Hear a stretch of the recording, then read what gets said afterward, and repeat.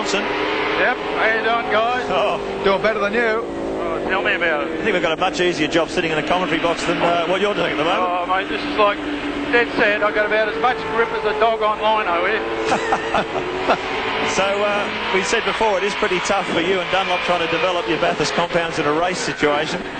Yeah, that's a bit of a tough deal, but somebody had to do it, and I drew the short straw, I suppose.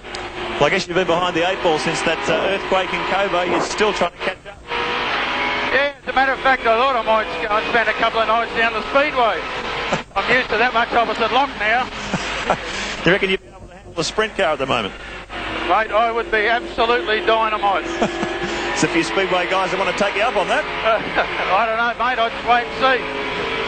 Dick, only 2 rounds of the championship to go after this. Looking pretty tough for JB to defend his title now. Oh, tough, all right. He's doing real hard, I tell you. He's basically in the same sort of situation as me. This is a very difficult track for tyres. You know, it really knocks him around something fierce. Well, looks like you're struggling there, Bob, but keep going because you never know what's going to happen. Oh, you don't know the meaning of the word struggle. All right, Dick. Catch you later, pal. Okay. Well, another our Ford campaigners, Glenn Zick. He'd be a bit happier than Dick Johnson, currently up in 2nd position now. 15 laps completed as they finish this lap. And just monitoring the point situation, 32 points behind Bow. There's a further 45 behind Lowndes, so he's got a lot of points to pick up.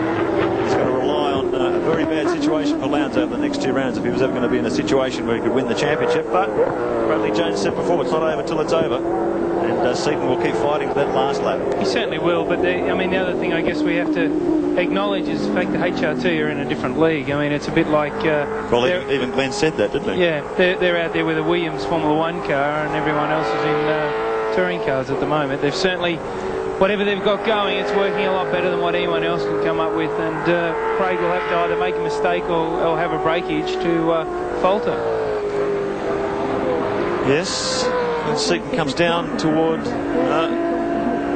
Dick Johnson slowing down. He come back, just spoke to him on race cam. He was having all sorts of trouble with looks like he's got some further problem with grip.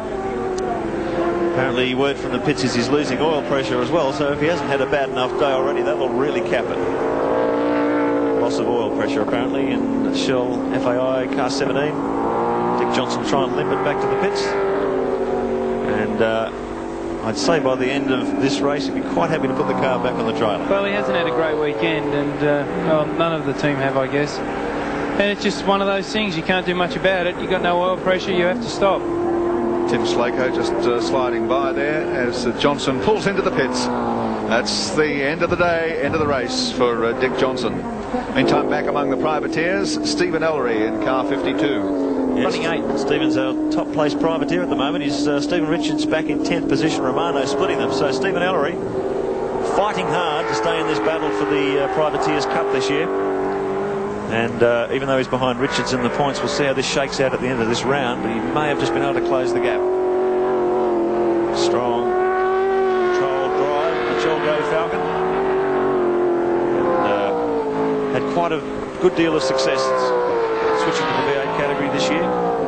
Not doing on a lot of bucks, but he's teamed up with Tony Longhurst's Castrol operation. Helps them share costs, transport costs, accommodation, things like that. That's a very effective arrangement for both those teams.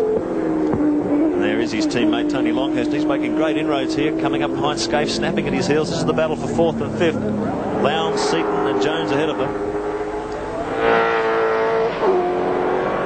Down toward Cold Corner once again. 17 laps completed. This will be 18 when they come across the start-finish line. Longhurst, after those equipment failures at Lakeside, and indeed, as we said earlier, lost a left rear wheel in the warm-up this morning. A bit disconcerting for a driver when you're driving a car at speeds in excess of 200 kilometres an hour, but he's really fighting back here. Got the lights on.